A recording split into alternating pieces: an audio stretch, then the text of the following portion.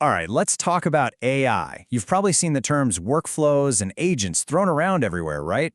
It can feel like you're swimming in a sea of buzzwords. But honestly, underneath all that hype, there's a really fundamental shift happening in how we get work done. So today, we're going to cut through all that noise and get to the heart of what AI workflow automation really is and why it's about to change, well, pretty much everything.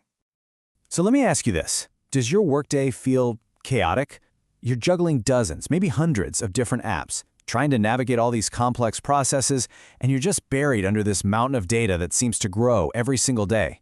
If that sounds familiar, you're not alone. And our traditional tools, they're just not built for this. This exact complexity is the problem that AI automation was born to solve. For years, automation has been pretty simple. It's all been about rigid, if this, then that rules. You know, if an email has the word invoice, then move it to the finance folder. It works, but it's super limited.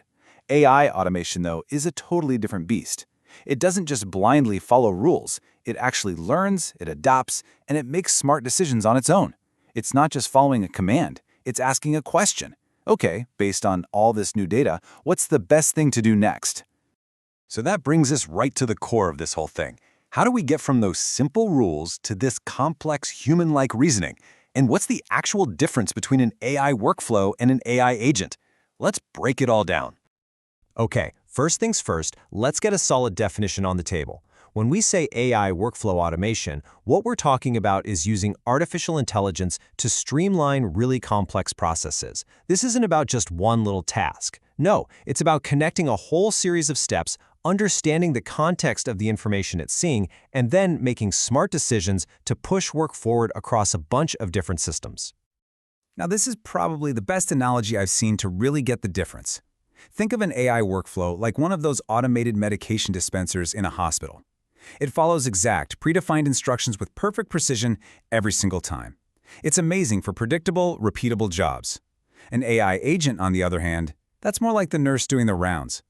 The nurse has the same goal, take care of the patient, but they're constantly making judgment calls based on context, experience, and subtle changes. The agent is for that dynamic work where the path forward isn't set in stone. So how does one of these AI workflows actually work? Well, it usually follows these 5 stages. First, it pulls in data from all your different sources. Then, the AI brain kicks in, analyzing all that information to find patterns and insights you might have missed. Third, based on that analysis, it makes a data-driven decision. Fourth, it actually goes and does the thing. It executes the action automatically.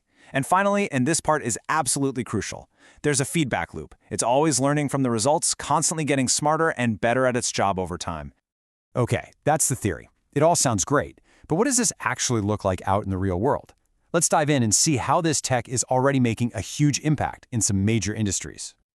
And make no mistake, this is not some niche technology for a couple of Silicon Valley giants.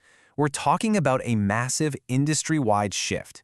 In fact, a staggering 80% of organizations are expected to be using some form of AI automation by 2025.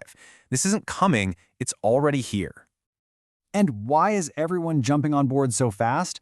Well, it really just comes down to the results. Take a look at this. Traditional automation. It gives you a pretty respectable return on your investment, right around 15%. Not bad.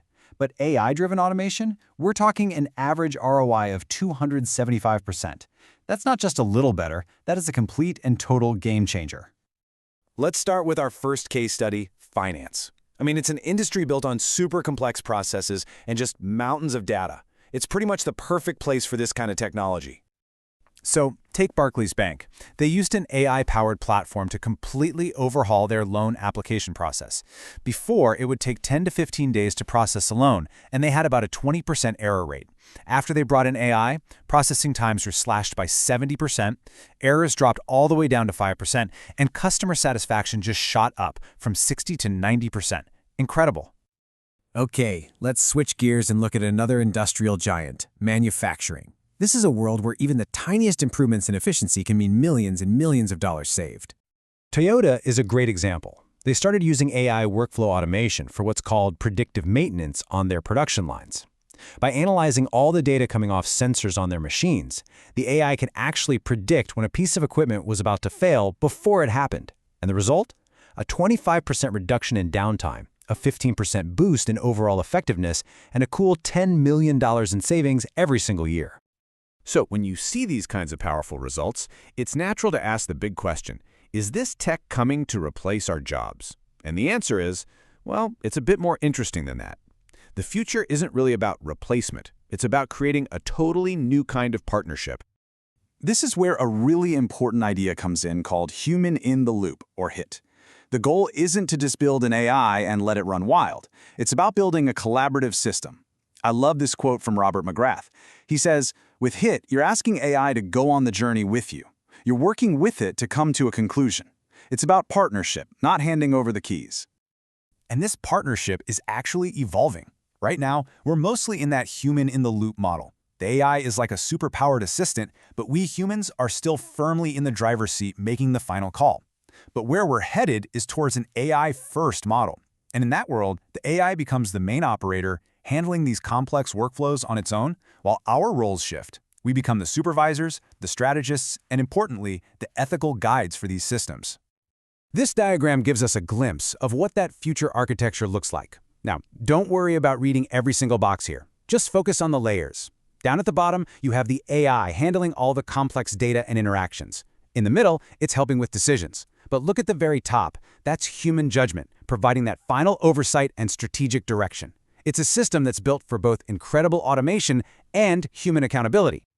Okay, so let's tie all of this together. We've defined the technology, we've seen its real-world impact, and we've talked about this new human-AI partnership. So what does it all mean for the future of work? And more importantly, for you? If you remember anything from this, remember these 4 things.